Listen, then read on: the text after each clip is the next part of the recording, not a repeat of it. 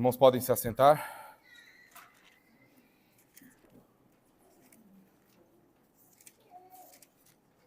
Meus irmãos, como vocês sabem, no culto da noite nós estamos em uma série na carta de Judas. E hoje será a nossa 7ª exposição. Então quero pedir aos irmãos que abram suas Bíblias no livro de Judas. É um capítulo, é curtinho, é só você correr lá para o final do Apocalipse e voltar. Não é um livro, e você estará em Judas. O nosso irmão André não está conosco agora à noite, vocês perceberam, não é? Ele está dando um suporte para a família da nossa irmã Tamires. A tia dela faleceu, tá bem? Então vamos orar pela família, orar pelo nosso irmão André também, para que tudo isso concorra para que o Evangelho alcance as vidas e as pessoas envolvidas lá.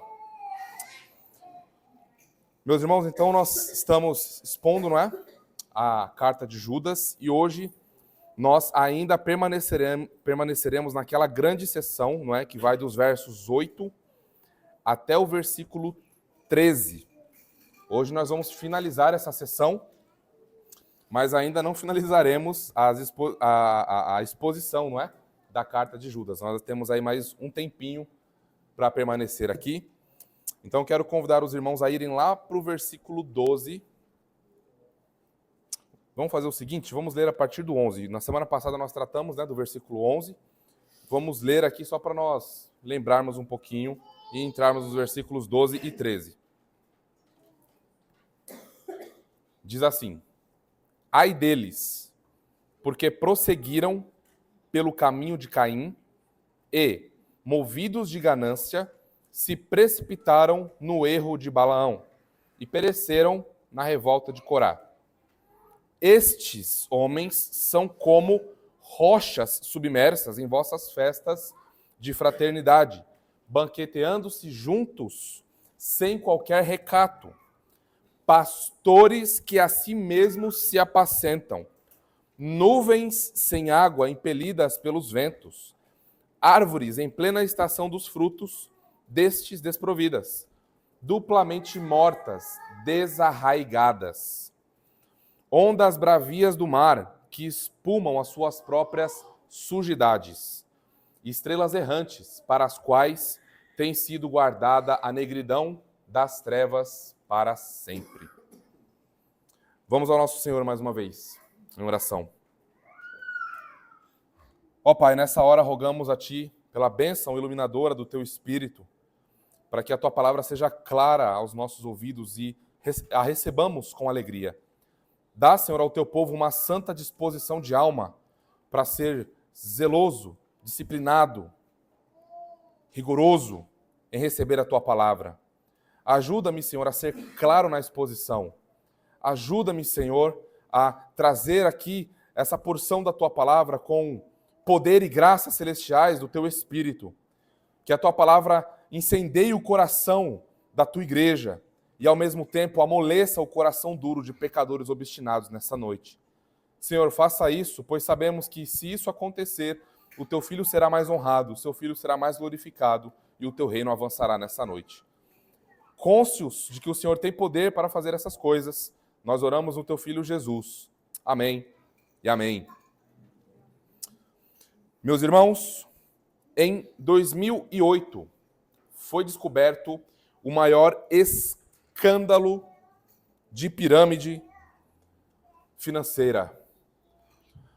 Bernie Madoff, ex-presidente da Nasdaq, isto é, o segundo maior mercado de ações em capitalização do mundo, perdendo apenas para a Bolsa de Valores de Nova York, foi preso. Em 2008, ele foi preso por operar esse esquema que foi considerado, né, pelos investigadores e etc., o maior esquema de fraude, de corrupção do mundo, da história. Ele passou 50 anos construindo o seu negócio e sua marca. Mas o seu produto era falso. Porém, ele prometia ganhos extraordinários ao investir nele. E aí, então, isso chamou a atenção de diversos investidores. E ele prometia ganhos assim exorbitantes. Mas, porém, todavia, foi descoberto, 50 anos depois, o seu esquema fraudulento.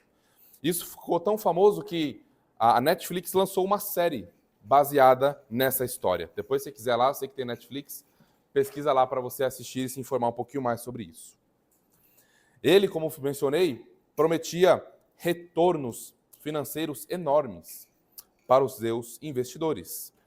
Porém, esses retornos financeiros só chegavam a vocês, como investidores antigos, quando ele conseguia novos investidores. E aí, então, esse capital que ele recebia, ele dava um jeito de atrair e manter vocês investindo no trabalho dele. Então, esse foi um maior escândalo, o maior esquema de pirâmide financeira que vocês possam imaginar. E ele fez isso e conseguiu muitas pessoas durante 50 anos, porque havia uma ilusão. E a ilusão era de enriquecimento, de crescimento, de independência financeira. Né? E aí, então, em 2008, esse esquema ruiu, pois clientes começaram a solicitar a retirada do dinheiro do fundo que eles haviam investido. E aí, então, foi descoberto, não é, o grande furo que aconteceu com o Madoff. Essa crise foi tamanha que empresas fecharam,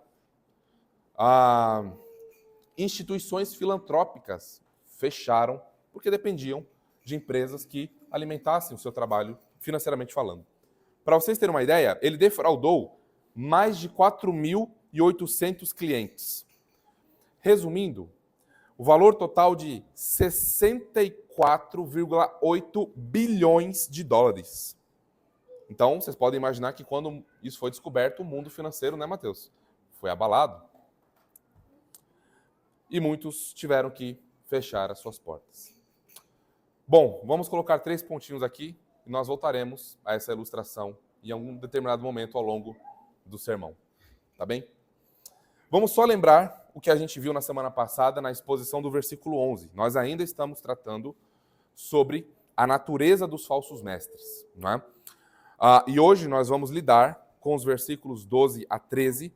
E o título desse sermão é A Natureza dos Falsos Mestres, parte 3. Né? Ou parte final, parte 3, final, se vocês quiserem colocar aí, tá bom? O que nós vimos na semana passada sobre a natureza dos falsos mestres? Nós vimos que eles prosseguiram pelo caminho de Caim, nós vimos que eles se lançaram no erro de Balaão e nós vimos que eles pereceram na revolta de Corá. Vimos, portanto, que eles são assassinos, que eles são gananciosos, amantes de dinheiro, não é? Eles gostam muito de enriquecer às custas da igreja e eles se opõem, eles são insubmissos à liderança instituída. Em outras palavras, ele fala assim, eu sei fazer melhor do que você. Não é? E ele não se submete. Mas nós precisamos lembrar que a árvore se conhece pelos frutos. Essa tem sido, né, nosso grande slogan nessa introdução do sermão. A árvore se conhece pelos frutos. Então, se nós quisermos testar algum ensino, alguma igreja, algum mestre, alguém que esteja se levantando e falando em nome do Senhor, olhemos os frutos, pois os frutos são infalíveis. E aí vem, portanto, agora a nossa afirmação teológica que, como se trata de uma porção maior, ela está se repetindo. Depois eu quero sentar com alguns irmãos ali e ver quais de vocês que já memorizaram, né? Porque nós estamos aqui há 3 semanas falando a mesma afirmação teológica, né? Só mudando aqui a sentença de transição e os versículos, mas eu acho que os irmãos já estão aptos, né, para citarem decor a afirmação teológica. Vamos lá. Ela é a seguinte: falsos mestres tentarão esconder quem realmente são e suas verdadeiras intenções, mas não podem se esconder da palavra de Deus, que revela quem eles verdadeiramente são. Então, quando você estiver fazendo o seu culto doméstico e chegar nessa porção de Judas, de 8 a 13, esse é o resumão do que nós encontramos nesses versículos. No texto que lemos, nós encontramos aqui mais 2 descrições acerca da natureza dos falsos mestres. Você vê que o Senhor quer realmente nos instruir acerca de quem eles são, para que não haja nenhuma sombra de dúvidas quando lidarmos com eles. E aí vem, portanto, a divisão do nosso sermão. Primeira divisão, primeiro ponto.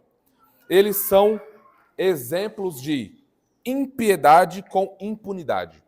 Nós vamos considerar isso no versículo 12. E o segundo ponto do nosso sermão é: eles são exemplos de inutilidade com esterilidade. Hoje a gente está mais poético, né? Vocês vão entender por quê. Então fica fácil, ó. Eles são exemplos. Ponto 1 e ponto 2, eles são exemplos. Primeiro ponto, de impiedade com impunidade. Segundo ponto, de inutilidade com esterilidade. Versículos 12 e 13. Para as nossas crianças, atenção pequenos que estão aí anotando, a palavrinha que vocês terão que pesquisar é esterilidade. Difícil, né? Esterilidade. Tá bem? Então vamos lidar com o primeiro ponto do nosso sermão, considerando o versículo 12. Eles são exemplos de impiedade com impunidade. Consideremos, portanto, o versículo 12. O versículo 12 diz assim, ó: estes homens são como rochas submersas em vossas festas de fraternidade. Eles são o exemplo de impiedade com impunidade nas festas de fraternidade dos cristãos. Vamos considerar aqui o que é que significa essa festa de fraternidade, como nós vemos aqui na segunda parte do versículo 12. Depois a gente volta para a primeira parte, tá bem? Essa expressão que nós encontramos aqui, festas de fraternidade, poderia ser traduzida assim: refeições comunitárias, festas de amor ou festas de caridade. Em outras palavras, essas festas eram encontros dos cristãos nos primeiros séculos, onde eles se reuniam para ter comunhão uns com os outros. Ao longo da história, essas festas ficaram conhecidas como festas ágape, né? Ou festas agape. Vocês sabem que em grego é agape que se fala, né? Não é ágape. Se popularizou ágape, né? A gente dá o nosso jeitinho brasileiro com as coisas, né? Mas a maneira correta de pronunciar a palavrinha em grego é agape, tá? Então essas festas de amor eram esses momentos em que os cristãos se reuniam em comunhão para partilharem a vida, para partir o pão, para terem períodos de oração uns pelos outros, para uns colherem frutos, dons uns dos outros para a sua edificação e crescimento na justiça. Não é? Então, eles tinham um propósito muito claro nesses encontros, que era deles nutrirem-se espiritualmente. Não era simplesmente um encontro casual, sabe? Por exemplo, né? A gente tem o nosso encontro de mulheres e tem o encontro de homens acontecendo, né? Mas a gente não chega lá simplesmente e se encontra para partilhar uma boa refeição, para partilhar boas conversas, né? Para jogar um futebol. Essas coisas são boas, né? Não no dia do Senhor. Futebol no dia do Senhor, não, tá? Mas essas coisas são boas e são coisas da terra que nós devemos partilhar. Mas nós não simplesmente se reunimos lá, não simplesmente nos reunimos lá e acabou. Não. Nós oramos ao Senhor. Nós invocamos o seu nome. Nós damos graças pelo alimento. Nós temos um período devocional, porque nós somos o povo da aliança e fazemos o que fazemos para a glória de Deus, não é? Então, em outras palavras, ainda que nós não chamemos os nossos encontros de festas do amor, basicamente é isso que acontece. São encontros de comunhão, né?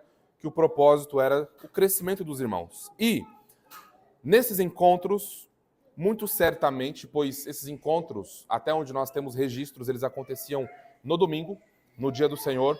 Então, junto com esses encontros, havia a administração da ceia do Senhor, não é? Que a gente chama de sacramento da nutrição, onde nós somos alimentados espiritualmente pelo Senhor. Então, eram momentos solenes de comunhão, momentos sérios onde os cristãos se reuniam para partilhar a vida, invocar o nome do Senhor Jesus e partilharem do perdão que eles receberam, celebrar a justificação pela fé. É basicamente o que a gente faz. Tá bem? Então é isso o que significa essa festa de fraternidade. Porém, esses encontros estavam sendo maculados. Porque lá estavam quem? Os falsos mestres, com as suas impiedades, com as suas falsas doutrinas, com as suas heresias destruidoras. E aí, então, onde a gente volta um pouquinho agora para o verso primeiro, para a gente entender o que eles estavam representando na comunhão dos santos. Vamos lá para o verso 12 mais uma vez. Ó. Vejam, percebam bem a descrição que eles recebem aqui. Ó. Estes homens são como rochas submersas. Então percebam que agora Judas ele vai caminhar num estilo literário mais poético. Né? Eu quis, ao estruturar o sermão, eu quis entrar aqui no caminho de Judas e brincar um pouquinho com os títulos, né, dos pontos do nosso sermão.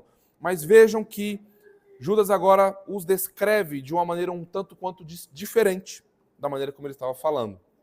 Diz que eles são como rochas submersas nas festas de fraternidade, nesses encontros de comunhão. Ora, o que significa então essa expressão, não é? Rochas submersas.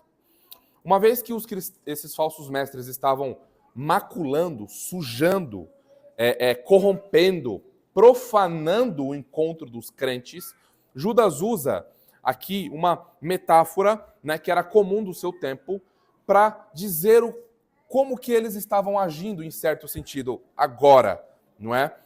Judas usa uma palavrinha que é um tanto quanto complicada porque ela só aparece aqui, em todo o Novo Testamento, né? E vocês sabem o problemão que é quando uma palavrinha aparece só no Novo Testamento e no único lugar e a gente não tem mais exemplos dela para poder interpretá-la. Mas não é o caso dessa. Essa não é tão difícil quanto a da semana passada que nós vimos. Essa daqui é mais simples. Vocês verão que Judas ele está utilizando agora, ele está voltando os nossos olhos para o mar. Então ele fala, olha, eles são rochas submersas. Como que a gente poderia traduzir isso aqui? O significado disso, ó. Eles são rochas ocultas. Eles são manchas. Eles são pedras escondidas que ocasiona, presta atenção aqui, ó, que ocasiona tropeço ou naufrágio. Recifes escondidos. Essas pedras, esses rochedos, são aquelas pedras que elas não ficam visíveis para quem está no navio, por isso que elas são submersas, não é? E aí, quando os navios eles vão passando pelo mar e eles não veem aquelas rochas enormes que estão submersas, eles batem. E aí o que acontece com o navio? A sua estrutura, se ela não é, né, uma estrutura forte o suficiente para resistir a isso, depende da velocidade que ele está também, o navio vai ser ferido, vai quebrar a sua estrutura, causando sua falência e sua destruição. Né? Em outras palavras, o navio ele vai bater nesse rochedo, o navio, nessa situação ruim, ele terá uma rachadura e daí, portanto, a água começará a entrar no navio, o navio começará a afundar e terá sua falência e sua destruição. E os tripulantes lá morrerão. Né? Então, a ideia aqui, quando Judas usa, olha, eles são como rochas, como manchas, que tem essas duas possíveis traduções aqui, Judas está usando, tá trazendo para nós duas coisas muito importantes sobre eles. Primeira delas, que eles ficam à espreita. Sabe como alguém que fica espiando na fresta da porta assim? Esperando um momento para fazer alguma coisa? Olhando pela fechadura da porta? Ou aguardando um momento oportuno para fazer alguma coisa? Sabe um ladrão? Quando ele quer roubar alguma coisa, ele sabe... Imagina que alguém quer roubar a sua casa. Só que essa pessoa frequenta a sua casa. Essa pessoa sabe da sua rotina como família. Sabe que você vai trabalhar às 10 da manhã. Sabe que você faz homeschooling com a criança. Sabe o horário que talvez você saia, vá com ela ao parque. Sabe a hora que seu marido chega. Então ela sabe da dinâmica da casa, né? Então ela faz o seguinte plano. Eu preciso esperar que ela saia com as crianças, que o marido não esteja em casa e que eu arrume uma desculpa para estar lá. Porque eu estarei sozinho e poderei fazer o que eu quero. Fica à espreita, sabe? Só esperando o momento certo para causar a destruição. É mais ou menos isso.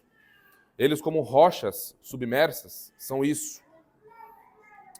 E era dessa forma que eles estavam causando problemas na igreja local, contaminando a igreja local. Vejam, como pedras escondidas, eles fingiam ser o que não eram. Lembra no começo? Que eles entraram de maneira furtiva na igreja?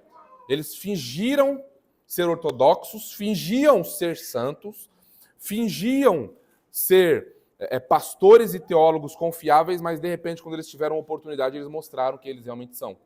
Quando eles conseguiram mover metade da membresia da igreja para o lado deles, aí eles mostraram quem eles eram. Sabe? Então eles destruíam e afundavam os navios de santidade que se aproximavam, causando tropeço na vida dos crentes.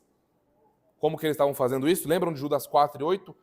fazendo da graça de Deus ocasião para pecados terríveis. Fazendo da graça de Deus dissolução, não é? Como Judas coloca lá, ocasiões para o pecado. Então, como rochas submersas, o objetivo deles é afundar os navios de santidade na igreja. É acabar com a vida piedosa dos crentes que são zelosos. Dizer que essas coisas não são importantes. Ah, isso aí é ser retrógrado demais, hein? Isso aí é coisa... peraí. Isso aí ficou preso lá no primeiro século. Pecado é cultural. Você não precisa se preocupar com pecado. Pecado é coisa da nossa cabeça, sabe? Coisa dos religiosos. Não. Era assim que eles faziam. Como manchas, né? Eles promoviam no seio da igreja práticas imorais reprovadas por Deus. Com isso, eles promoviam blasfêmia ao Santíssimo Nome do Senhor. Por essa razão é que nós, avançando no versículo 12, nós vamos ver que eles, banqueteando-se juntos sem qualquer recato, ali avançando no versículo 12. Então, esses falsos mestres, eles estavam infiltrados na igreja e eles não tinham temor. Recato, sem qualquer recato, é sem temor. Sabe? Em outras palavras, sem vergonha na cara. Eles faziam o que faziam e ainda estavam lá, no meio do povo. No meio das festas de amor, onde a ceia do Senhor era ministrada. Eles não estavam nem aí, e eles são assim. Eles são ousados, eles são descarados. Eles não pedem licença a você para promover suas heresias. E sabe o que me choca? O que me choca é que, na maioria das vezes, eles são mais ousados em promover suas heresias do que nós somos ousados em pregar o Evangelho da Graça. Isso não me choca. Isso deve causar temor em nós. Como que filhos do inferno, apóstolos de heresias destruidoras, podem ser mais ousados do que nós, que conhecemos a verdade, que temos o Evangelho da Graça de Deus, como o Vitão orou, que temos uma igreja bíblica, que temos uma liderança que se preocupa com as nossas almas, que nós não somos simplesmente números, que nós realmente nos importamos, mandamos mensagem, ligamos, oramos. Como é que pode, meus irmãos? Receba essa doce e amorosa exortação do Senhor, como eu recebi e como eu estou recebendo também. Não é possível que esses herdeiros do inferno, duas vezes, sejam mais ousados do que nós. Não é possível.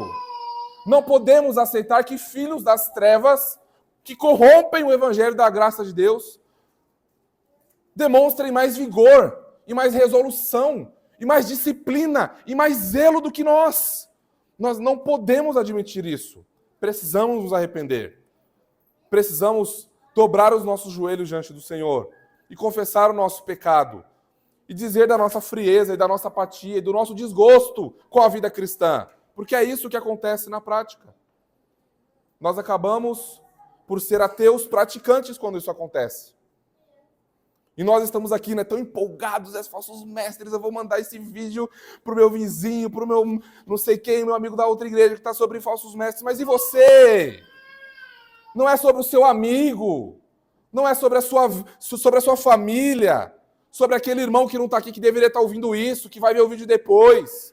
É sobre você, é sobre a sua alma, é sobre o seu coração apático, frio, displicente, que ouve essas coisas e nada acontece, nada muda.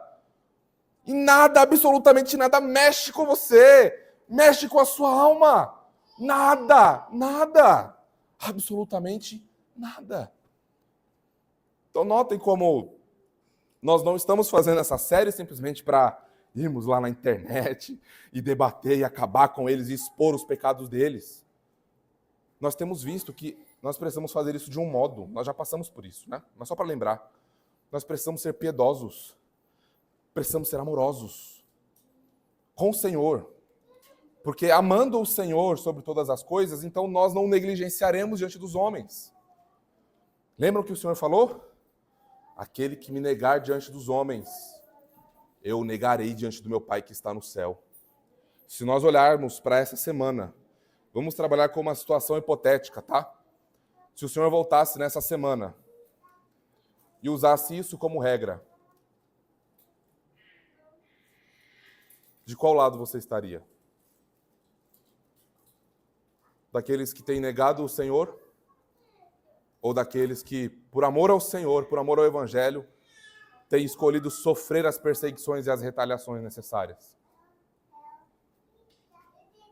Precisamos pensar nisso, meus irmãos. Precisamos pensar nisso. Porque esses homens aqui, eles são atrevidos. Eles tiram a paz das pessoas. Eles colocam jugos pesados. Eles colocam terror psicológico nas pessoas. É horrível o que eles fazem. Eles destroem a unidade da igreja do Senhor. Eles não têm nenhuma reverência por nada e por ninguém.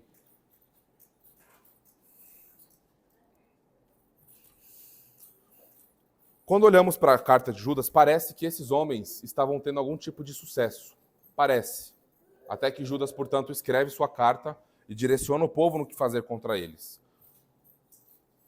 Pois eles estavam, mais uma vez, enfatizando, sem nenhum recato, sem vergonha na cara, incentivando o povo a pecar, participando de pecados terríveis e dizendo que aquilo tudo era normal, que o Senhor aceitava aquilo numa boa.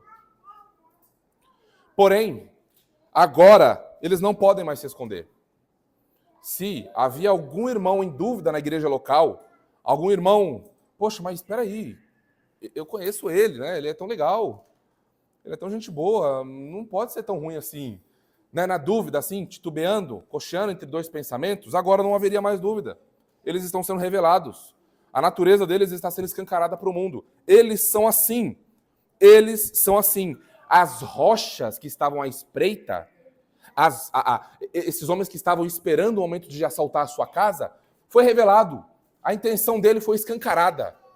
Agora, você, como piloto desse navio, piloto da tua alma, da tua família, agora você pode desviar desse rochedo, porque você sabe onde ele está. Ele está ali.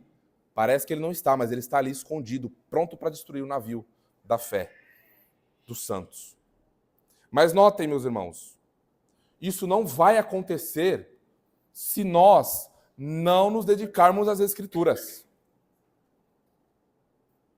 Isso não vai acontecer enquanto nós não nos dedicarmos às Escrituras. Não adianta. Se você abre a sua Bíblia apenas no domingo, não adianta. Deixa eu ilustrar isso de uma outra forma. Eu quero desafiar você. Tem nutricionista aqui, né? Tem a Bia. Tem outro nutricionista não, né? Só a Bia. Por enquanto só a Bia. Eu quero desafiar você a viver essa semana inteira, até domingo que vem. A gente se encontra domingo que vem.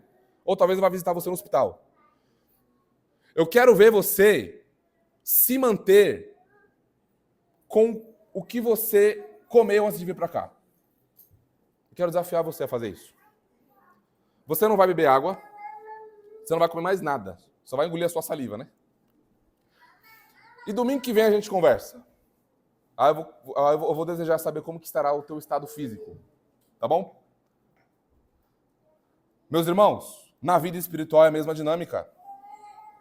Se você se alimenta apenas uma vez por semana, como é que você acha que amanhã você vai vencer pecados? Como é que você acha que amanhã você vai ser mais amoroso com a sua esposa? Como é que você acha que amanhã você vai se deleitar em obedecer os seus pais? Como é que você vai ter mais paciência com seus filhos? Não vai ter. Tá bom? Eu não sou nenhum profeta, nós somos sensacionistas, vocês sabem disso, mas não vai ter. Tá bom? Não vai acontecer. Não espere grandes avanços no Evangelho se você não se dedica ao Evangelho. É simples assim, meus irmãos. É simples assim.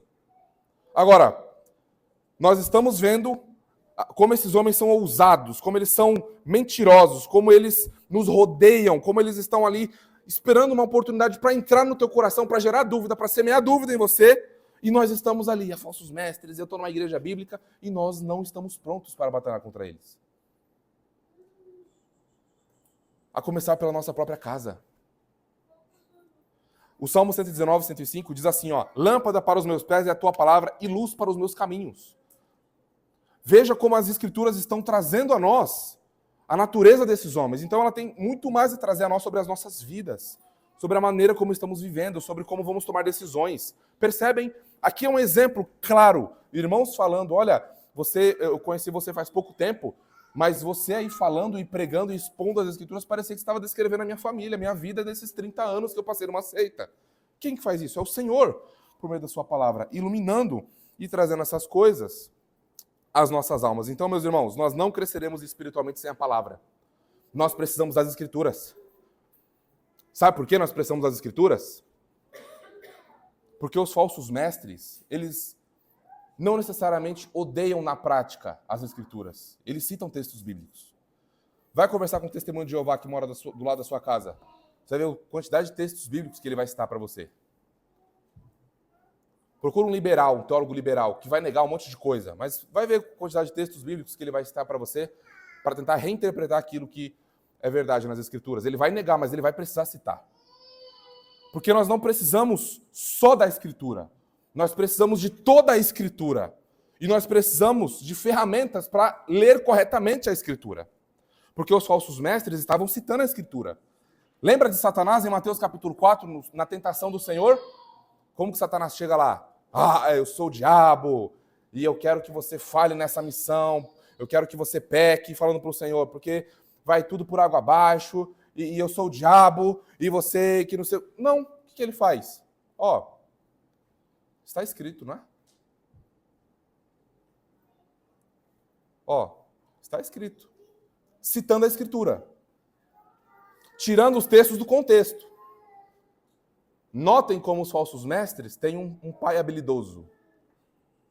Quando a serpente vai no jardim, ela não inventa algo novo. O que ela faz? Ela corrompe o que já existe. Por isso que falsos mestres liberais são uma praga. Eles não produzem nada. Eles corrompem tudo. A gente produz, eles corrompem. Não conseguem produzir nada. Sabe como a praga, como um parasita, que ele precisa de alguma coisa para ele chegar lá e... Sabe como a ferrugem? A ferrugem não existiria se não existisse o ferro. É algo dessa natureza. Vai lá e corrompe o ferro. E aí vem a ferrugem. São esses falsos mestres. Mas eu quero chamar a sua atenção que eles citam a Escritura. Tá? Eles não vão sair dizendo aí, não. Eles vão dizer lá, a Bíblia contém a palavra de Deus. Tem coisas nesse livro aqui que não são palavra de Deus. Algumas coisas são, outras não, mas eles estão lá citando. Percebe? Então nós precisamos, meus irmãos, saber interpretar a Escritura, ler a Escritura com zelo, com cuidado, para que nós mesmos não sejamos aí a interpretar algum texto, não é, levado por um vento de doutrina. Não cresceremos em amor pelo Senhor sem a palavra. Não teremos condições de enfrentar falsos ensinos sem a palavra. Não seremos eficazes contra os falsos mestres sem a palavra. Não seremos frutíferos sem a palavra. Não veremos nossa família mudar sem a palavra. Nós precisamos das Escrituras, meus irmãos. Amar as Escrituras, todas elas, de Gênesis a Apocalipse. Memorizar, ler, compartilhar, enviar para os amigos, enviar para o vizinho, colocar quadros na parede, escrever na mão, escrever no livro, escrever no caderno. Nós precisamos das Escrituras. Você quer crescer espiritualmente? Você quer não só ter boa doutrina na sua cabeça, mas também amar ao Senhor, quer o seu coração inflamado, quer ver sua família amando ao Senhor. Você quer viver uma nova realidade espiritual na tua casa? Comece com as Escrituras. Volte-se às Escrituras. Volte-se às Escrituras. Volte-se às Escrituras. Quero saber, domingo que vem, como que estará o seu estado físico, sem você comer mais nada daqui para lá, tá bom? É um jejum forçado. Aguardo você domingo que vem. Vamos para o nosso ponto de número 2. Lembrando da nossa afirmação teológica. Falsos mestres tentarão esconder quem realmente são e suas intenções, mas não podem se esconder da palavra de Deus, que revela quem eles verdadeiramente são. Segundo ponto e último da nossa exposição, eles são exemplos de inutilidade com, e a palavrinha para as crianças, esterilidade. Tá bom? Inutilidade com esterilidade. Vamos olhar ali agora ainda a parte final ali, avançando, né, no versículo 12. Olha só agora como que eles vão ser descritos. Como é que eles são exemplo de inutilidade com esterilidade no ministério? Vejam lá, o versículo 12. Pastores que a si mesmos se apacentam. Aqui a gente tem que parar. Aqui a gente não pode avançar. Aqui a gente tem que parar um pouquinho. Isso precisa de uma consideração. Pastores que a si mesmos se apacentam. São pastores de si mesmos. Aqui você tem uma outra evidência fortíssima de como eles agem no ministério. Veja, se a coisa não pudesse piorar, ela piora, tá? Ela vai piorando cada vez mais. Ó, eles não têm interesse pelas ovelhas. Falsos mestres não têm interesse pela tua alma. Eles não estão nem aí para você. Essa é a verdade. Falsos mestres não se importam com o estado eterno da tua alma. Falsos mestres não se importam com você. Com exceção do que nós veremos mais adiante, com o que está no versículo 16, eu gostaria de ler. Nessa ocasião, eles se importam com você. Veja só, o versículo 16, ó. Os tais são murmuradores, são descontentes, andando segundo as suas paixões. A sua boca vive propalando grandes arrogâncias. São aduladores dos outros por motivos interesseiros. Um falso mestre vai se importar com você a partir do momento que você pode oferecer alguma coisa para ele e para sua família. Aí sim, aí eu dou uma atenção para Joyce, dou uma atenção para o Vitor, dou uma atenção para Nínive, falo com o Marcelo, falo com a Jaqueline, falo com a Mônica. Não. Não toca na família da Giovana. Por quê? Porque o dízimo deles é muito alto. Eu já vi isso. É uma tristeza ver isso. Mas eu já vi. Talvez alguns de vocês também. Não fala do filho do Wellington. Não fala. Não, mas ele estava lá, engravidou. Não fala.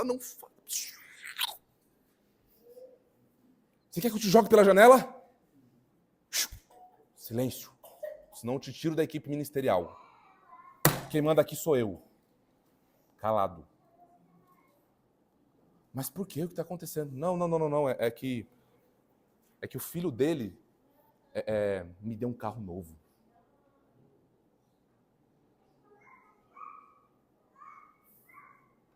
Não. É porque ele conseguiu um emprego para minha esposa. Por favor, vamos com mais calma. Vamos dar tempo ao tempo. Não vamos ser tão rápidos. Espera, devagar.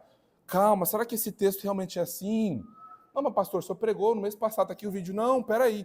Mateus, tira o vídeo do ar. Coisas acontecem, tá? Coisas muito piores do que essas acontecem, infelizmente. Então, eles só se importam com as pessoas quando eles vão receber alguma coisa em troca. Fama, prestígio, dinheiro, atenção, sabe? Mas nós precisamos perguntar, qual que é o papel de um pastor? O que um pastor faz, segundo as Escrituras, para eu saber, para eu avaliar se a minha igreja local realmente é uma igreja que tem pastores segundo as Escrituras. Pastores que são enviados por Deus. Então nós vamos aqui fazer um voo panorâmico bem rápido, tá? Resumido. No curso de membresia nós veremos isso em mais detalhes. Então, quais são as funções de um pastor? Primeira coisa é alimentar o rebanho. Pregação fiel. Ele precisa estudar as Escrituras, ele precisa dar a sua vida, ele precisa gastar tempo com as Escrituras. Ele precisa ser encharcado com as Escrituras. Ele deve orar pelo rebanho. Uma oração incessante, às vezes até agonizante. O pastor, quando ele ouve um problema de uma ovelha, que procura por conselhos, ele não guarda aquilo na gaveta e vai embora e acabou, e na sexta-feira ele volta no assunto e vai lá, pega um livro de aconselhamento, estuda um pouquinho ali, 10 minutos, e volta a você num café e acabou. Não, aquilo tira a paz dele. O seu caos é o caos do seu pastor. O seu problema é o problema do seu pastor. Ele luta com aquilo. Ele carrega aquilo. Senhor, me ajuda, me ilumina, me ajuda a lembrar de textos bíblicos para que eu possa orientar esses irmãos, essa família, para o Senhor de uma maneira mais eficaz. Senhor, me ajuda a não atrapalhar tudo, me ajuda a não piorar tudo. Eles lutam. Eles investem tempo em oração. Eles abdicam de tempo com a família para orar pela tua alma. Porque eles se importam com vocês. Pastores bíblicos são assim. Falsos mestres não estão nem aí para você. Eles querem que vocês queimem tudo lá na fogueira, né? Santa. E pronto. Se Deus não te abençoar, o problema é seu. Você não teve fé, não estou nem aí para você. Ô Gil, vai participar da campanha não? É desse jeito. Frio desse jeito. Cuidar do rebanho. Visitar o rebanho, consolar o rebanho, edificar o rebanho, olhar para as necessidades do rebanho. Os pobres, as viúvas, casamentos em crise, filhos rebeldes, disciplina, divórcio, recasamento, crises, caos, trevas, o que fazer? Eles se importam, eles cuidam do rebanho. Eles protegem o rebanho. Eles confrontam quando tem que confrontar. Eles exortam quando tem que exortar. Tudo isso para conduzir as almas, as ovelhas a Jesus Cristo.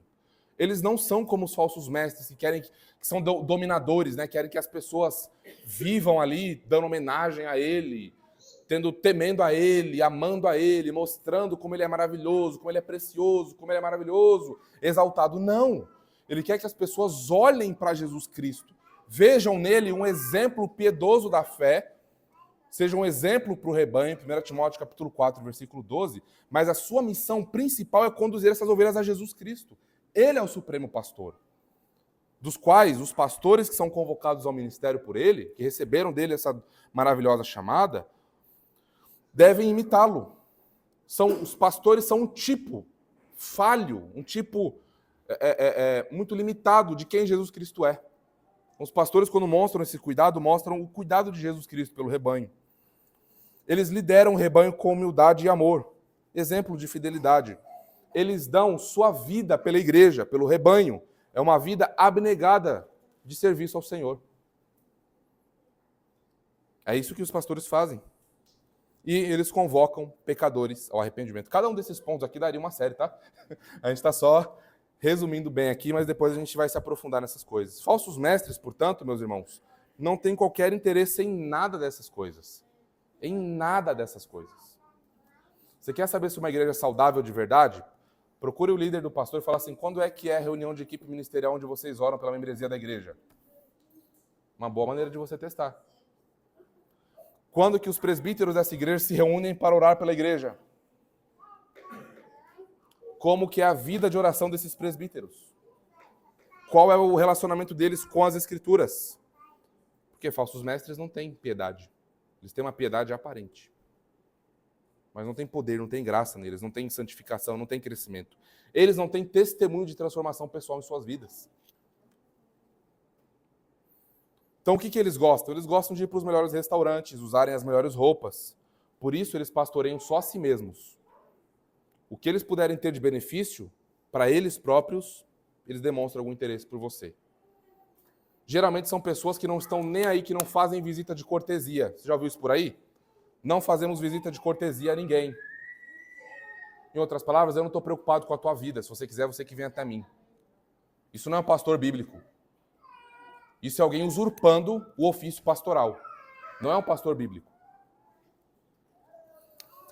Aqui, Judas está fazendo mais uma referência ao Antigo Testamento. Em Ezequiel 34, de 1 a 10, nós lemos o seguinte, ó. Judas está, mais uma vez, lembrando os seus leitores de algo que já acontecia no passado, mostrando como essa liderança que esses homens estavam, a maneira como eles estavam conduzindo a igreja, era uma liderança falida, espiritualmente falando. Vamos lá ler Ezequiel 34, de 1 a 10. Ezequiel 34, de 1 a 10.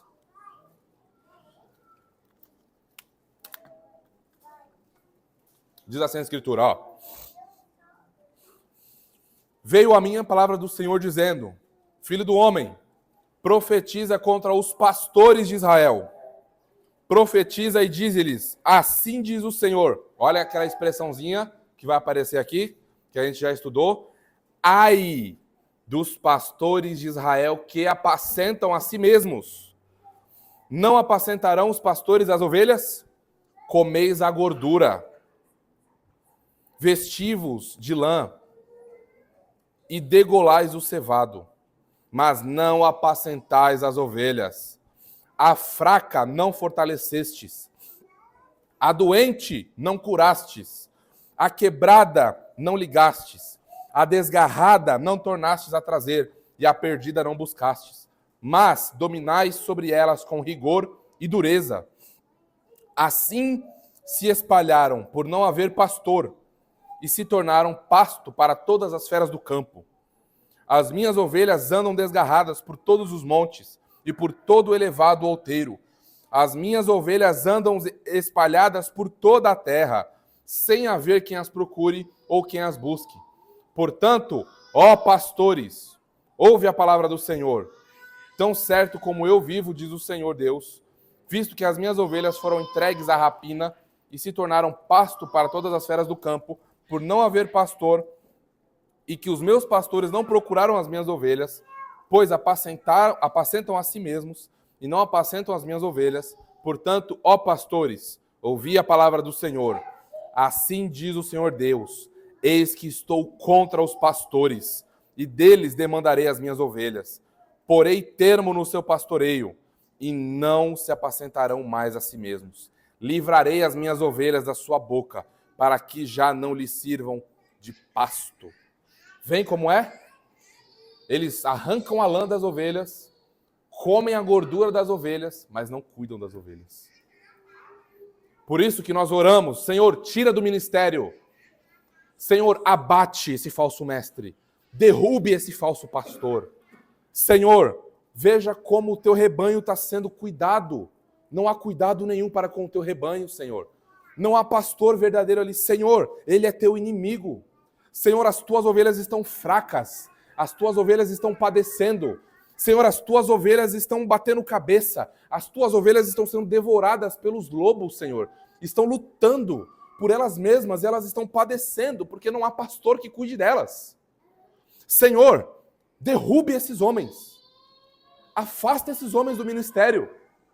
Levante homens que amem o Senhor, que amem o rebanho, que pastoreiem o teu povo com zelo e com cuidado. Então, vocês veem como os falsos mestres fazem eco a todo exemplo que é ruim no Antigo Testamento o tempo inteiro. O tempo inteiro. Vemos a falência espiritual deles, assim como os pastores de Israel. Esses homens se importam apenas consigo mesmos e com aqueles que são seus. É por isso que não há verdadeiro amor, não há verdadeiro cuidado, não há preocupação com as suas almas, não há serviço por você. O que sobra é indiferença, frieza, falta de amor e falta de zelo para com as almas das ovelhas. Eles não se importam com o verdadeiro evangelho, nem com os alertas de condenação das Escrituras. Eles zombam dessas coisas. Mas, ao mesmo tempo, se nós continuarmos lendo Ezequiel, depois você lê na sua casa, nós vemos que há uma promessa, em que o Senhor abateria esses falsos pastores, e que Ele mesmo viria e juntaria as suas ovelhas, e cuidaria do seu rebanho, e fortaleceria as fracas, e curaria as feridas, e abateria os lobos, e cuidaria do seu povo. E nós vemos isso, que isso aconteceria quando o Senhor fizesse uma aliança de paz, como nós lemos em Ezequiel 34, 25, e os versículos 23 e 24. Veja só, que palavra maravilhosa do Senhor. Ó. Suscitarei para elas um só pastor, e ele as apacentará. O meu servo Davi é que as apacentará. Ele lhes servirá de pastor. Eu, o Senhor, lhes serei por Deus, e o meu servo Davi será príncipe no meio delas. Eu, o Senhor, o disse. Aqui há uma promessa de que um rei da linhagem de Davi viria, o príncipe, e pastorearia o rebanho do Senhor. E quem é esse príncipe? Não é Davi. Davi é um tipo usado aqui que aponta para alguém mais glorioso, para um pastor mais poderoso, para um rei mais majestoso, para um guerreiro sem igual.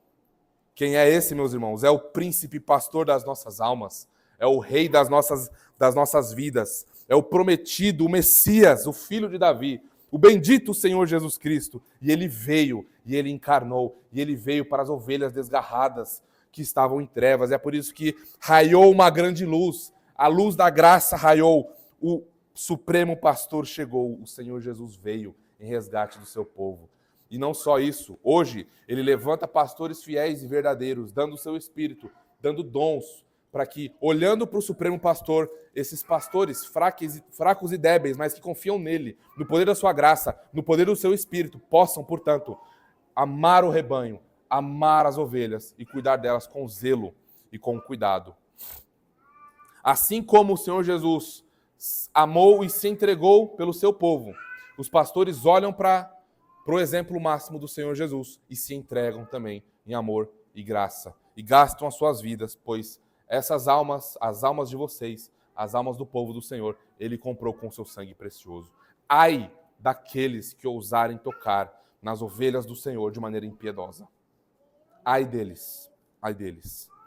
Vamos avançando, meus irmãos. Então, nós vimos aqui que eles apacentam a si mesmos, né? Então, vimos mais uma vez que eles negam completamente o Senhor Jesus Cristo. Eles querem fazer do ministério do seu jeito. Agora nós vamos ver como eles são infrutíferos. Versículos 12 e 13. No ministério, eles são exemplos inúteis. Vocês veem que eles pastoreiam a si mesmos, eles são inúteis. Eles não são úteis para o rebanho. Eles são pedras de tropeço para o rebanho. Agora nós vamos ver como eles são infrutíferos, né? Vejamos lá, ó. Nesse momento é onde Judas tem o seu, digamos assim, o seu lado poético mais exaltado. Né? Ele dá 4 exemplos aqui. Ele vai dizer que esses homens são nuvens sem água, árvores sem frutos, ondas do mar e estrelas errantes. Né? Vamos ver rapidamente o que são cada uma dessas ilustrações. Ainda lá no versículo 12. Eles são pastores que a si mesmos se apacentam, nuvens sem água, impelidas pelos ventos. O que será que isso significa, né? Nuvem sem água. Deixa eu dar uma ilustração para vocês, para tentar ajudar a entender um pouquinho mais. Apesar de nós não estarmos num contexto rural, isso pode nos ajudar de alguma forma. Imagina um fazendeiro. Não sei se você teve a oportunidade de ver plantação, fazenda, essas coisas, mas imagina esse cenário. Um fazendeiro ansioso, que aguarda com grande expectativa a chuva que poderá vir por meio das nuvens que estão se aproximando. Ele vê nuvens vindo, nuvens carregadas, né, nuvens escuras. Ele fica muito extasiado. Puxa vida, a minha plantação não vai morrer. Né? Minha mãe, lá em Minas, né, tentando fazer um jardinzinho dela lá, ela sofre porque não tem chuva lá, tudo morre, queima tudo, e ela fica muito desanimada. Mas quando chove, ela fica muito feliz, né? Então, viu aqui, puxa, está vindo água, está vindo chuva. Nossa, que maravilha! A minha plantação não vai morrer, vai receber a nutrição necessária aqui. E aí você nutre uma grande esperança, né? Tá vindo a chuva aí, tá que maravilha. Mas, para o seu desespero, para o desespero desse fazendeiro, a nuvem vem, ela passa e vai embora. Mas espera aí, cadê a chuva?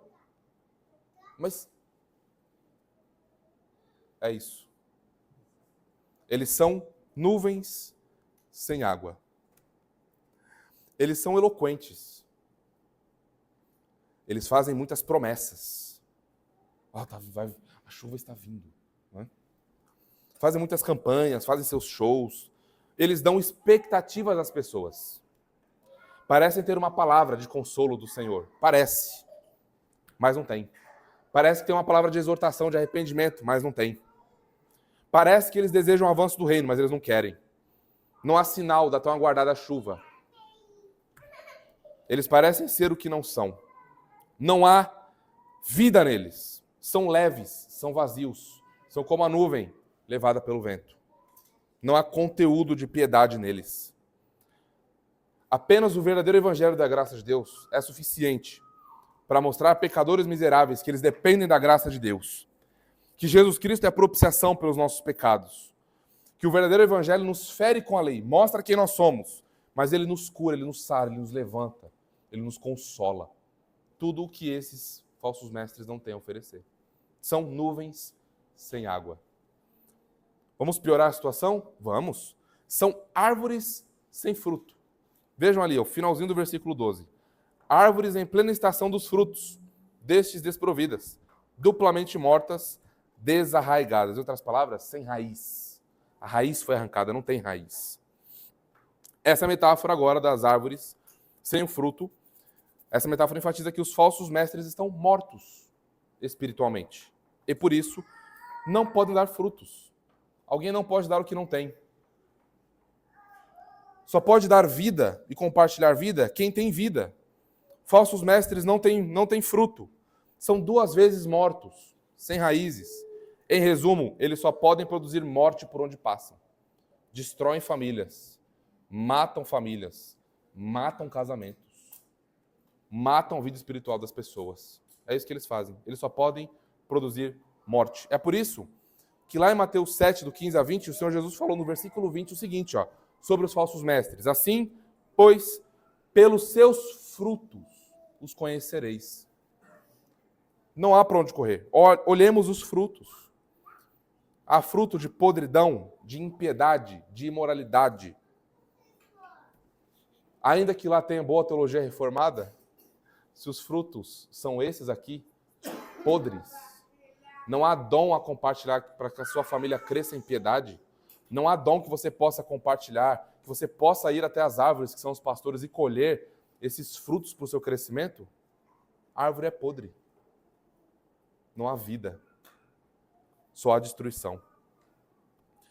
Agora entrando no versículo 13, eles são ondas do mar. Veja lá o versículo 13, Ondas bravias do mar que espumam as suas próprias sujidades. Sujidades aqui são imoralidades, tá bem? Agora, essa metáfora, brevemente diferente das outras, né? Pois aqui Judas mistura elementos do mar com qualidades morais, com a indecência, a sujeira, né? Mas, mais uma vez, nós encontramos referência ao Antigo Testamento. E agora, Judas está indo para Isaías 57, 20. Olha o que ele diz lá, Mas os perversos são como o mar agitado, que não se pode aquietar, cujas águas lançam de si lama e lodo. Mais uma vez, o caráter ímpio desses homens é ressaltado. Eles são como a força bruta e feroz do mar, né? As ondas do mar que batem nas rochas e mostram seu caráter instável e imprevisível. São pessoas que você você pensa que conhece, mas você não conhece. Né? Uma hora ela é de um jeito, outra hora ela é de outro. Ela responde de um jeito, depois ela responde de outro. É instável. Né? Você nunca sabe o que agrada, nunca sabe por onde ela vai. E ela é brava, ela é feroz.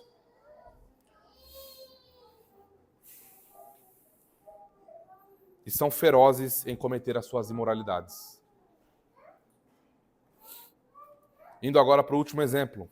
Estrelas errantes. E aí a gente já está caminhando para o final. Estrelas errantes para as quais tem sido guardada a negridão das trevas para sempre. Agora, Judas nos transporta. Nossos olhos estão no mar. Não é? Mais uma vez olhando para o mar, vimos as rochas submersas, imaginamos já o cenário ali do mar, do navio e tudo mais, e agora vimos as ondas desse mar mais uma vez. Agora Judas nos transporta, eles pegam os nossos olhos e agora eu quero que vocês olhem para o céu. Eu quero que vocês olhem as estrelas, porque eles são estrelas errantes. O que isso significa? Estrelas errantes que iluminam o céu à noite. Essas estrelas brilham, essas estrelas iluminam. A depender de qual estrela é, a gente fica maravilhado, né? Nossa, que astro maravilhoso! Veja que iluminação, que coisa gloriosa! Uau, ele está passando, veja aquilo. Deixa a gente assim, né, estupefato, né, maravilhado. Mas são errantes. São fora de curso. Essas estrelas podem nos maravilhar e causar grandes expectativas durante o tempo, mas desaparecem na escuridão dos céus. Mais uma vez, não tem permanência, não tem fruto, não tem vida. Assim são os falsos mestres, com seus grandes e bons discursos intelectuais, com a sua fala eloquente, como falou o Vitão, cheios de carisma, cheios de piedade, oratória invejável. Invejável. Falam como ninguém. Maravilham as pessoas ficam, nossa, que discurso maravilhoso. Mas não tem fruto. Não produz piedade. Não tem poder de santificação. Você olha para a vida dela, nossa, como ela parece maravilhosa, mas é só na internet. Você não consegue se aproximar dela para ver como que é a família dela. Você não consegue se aproximar para ver como que ele cuida da esposa e dos filhos. É alguém totalmente outro, distante.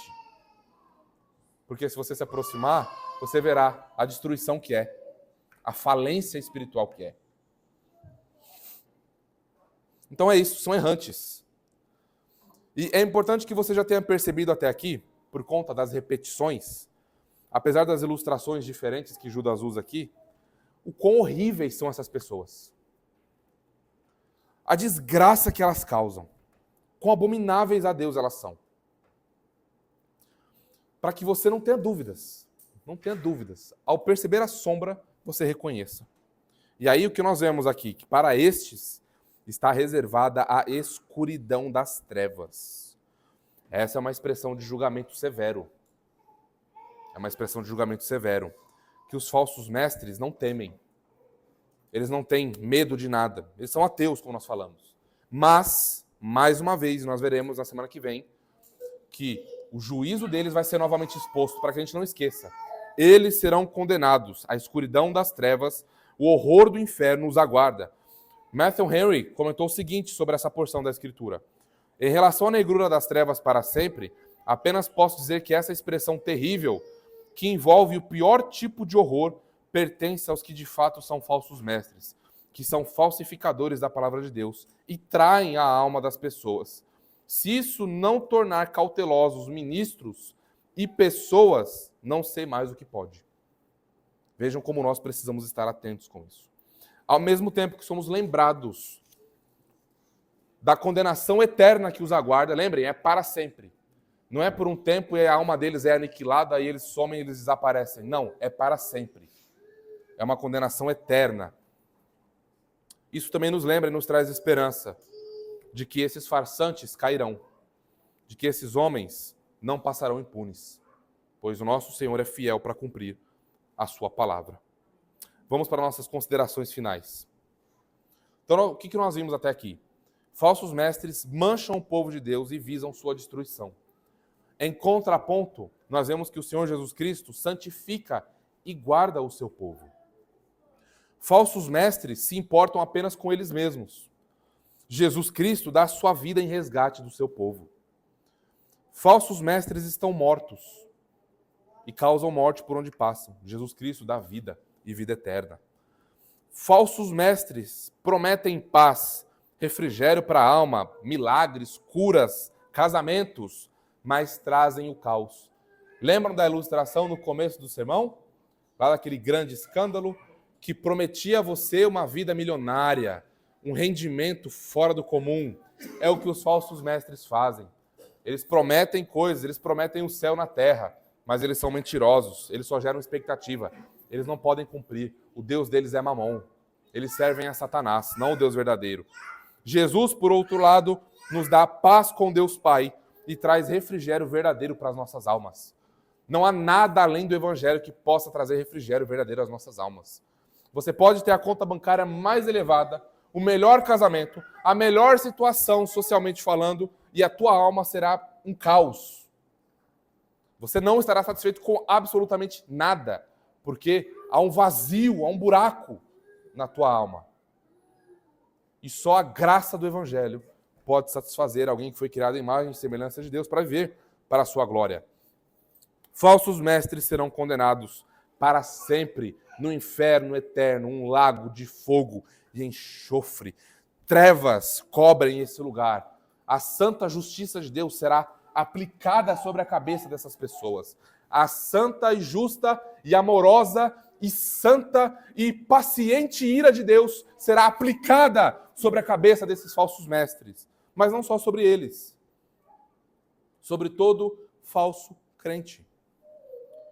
Sobre todo religioso hipócrita. E aqui vem o meu alerta a você. O meu alerta a você. Você realmente se arrependeu dos seus pecados? Você realmente nasceu de novo? Você realmente foi regenerado? Você está realmente confiando em Jesus Cristo? Porque se você caminha errante assim, não só falsos mestres receberão essa amorosa justiça de Deus sobre suas cabeças, mas você também vai. Você também receberá essa justiça de Deus sobre a sua cabeça, e não haverá graça, e não haverá mais misericórdia, e não haverá mais chamado arrependimento, e você será lançado num lago de fogo e enxofre, recebendo a justa condenação dos seus pecados infinitos e eternos, que você cometeu contra Deus e que você fez questão de obstinadamente rejeitar o evangelho da graça de Deus? Onde está você aqui? Você será lançado com os falsos mestres no inferno? Receberá a justiça de Deus sobre a sua cabeça? Ó pecador, volte-se a Jesus Cristo hoje, agora enquanto há tempo. Porque Jesus Cristo, ele ressuscitou para a justificação de pecadores. Não há mais condenação para quem está nele. Ele venceu a morte. Ele nos reconcilia com Deus o Pai. Ele é o único que tem poder e graça para fazer isso. Então, nele, e somente nele, nós não somos mais herdeiros do inferno. E não pesa mais sobre nós a justiça e a ira de Deus. Amém, meus irmãos? Vamos orar. Pai Santo, te louvamos, Senhor. Te louvamos por sua palavra. Te louvamos por teu Filho Jesus. Te louvamos por tua graça soberana. Ó Senhor, nós rogamos a Ti mais uma vez que derrube cada vez mais falsos mestres. Que liberte o seu povo, ó Deus, de um jugo de trevas e escravidão promovido por esses ímpios, por esses perversos, por esses corruptos. Senhor, tire homens corruptos do ministério, que levam o ministério de qualquer jeito, que não se importam com as tuas ovelhas, que não se importam, ó Cristo, com o teu sangue derramado por essas almas. Abata-o, Senhor. Derrube-o, Senhor. Dá paga a eles. Dê, Senhor, o que eles merecem por tocarem no teu povo com intenções malignas e perversas. Ó Deus, faça o teu reino avançar por amor ao teu nome. Ó Senhor, por favor, faça isso. Em nome do teu Filho Jesus. Amém e amém.